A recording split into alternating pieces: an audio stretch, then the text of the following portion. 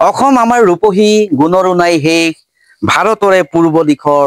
সূৰ্য উঠা দেশ হয় ভাৰতৰে পূৰ্ব দিশৰ আমাৰ ৰূপহী অসমত পোৱা আজি এই নলটেঙাৰ বিষয়ে আপোনালোকক ক'বলৈ লৈছো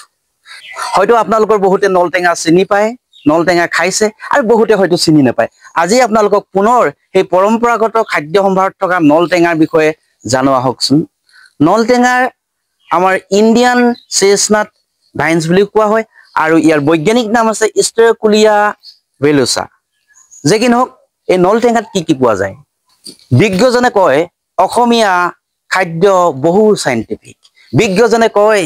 টেঙা তিতা খাৰ সপ্তাহত আমি এবাৰ হলো খাব লাগে তেতিয়াহে আমাৰ দেহা সুস্থ থাকে হয় মই নলটেঙাৰ কথা ক'ব লৈছো এই নলটেঙা আমাৰ স্বাস্থ্যৰ কাৰণে বহু উপকাৰী এই নলটেঙাত কি আছে আপোনালোকে জানে হয়তো বহুতে জানে আজি আপোনালোকৰ পুনৰ ৰুমন্থন কৰিম আমি আকৌ নলটেঙা খাম এই নলটেঙা টেঙা মানে গম পাইছে তাত থাকে ভিটামিন সি আৰু থাকে ক্যালসিয়াম আৰু যথেষ্ট পৰিমাণে আইৰণ নলটেঙা ইমিউনিটি বৃদ্ধি কৰাত আমাক সহায় কৰে অৰ্থাৎ ৰোগ প্ৰতিৰোধ যিটো ক্ষমতা আমাৰ সেইটো কিন্তু আমাৰ নলটেঙাই বৃদ্ধি কৰে আমি তেতিয়াহলে পৰম্পৰাগত খাদ্য সম্ভাৰত কিয় আমি নলটেঙাক আদৰি নলম আৰু ইয়াত আছে ই এক প্ৰকাৰ এন্টিঅক্সিডেন্ট ই ৰোগ প্ৰতিৰোধ হিচাপে আমাক যথেষ্ট সহায় কৰে নলটেঙাই আমাৰ যিটো ৰেড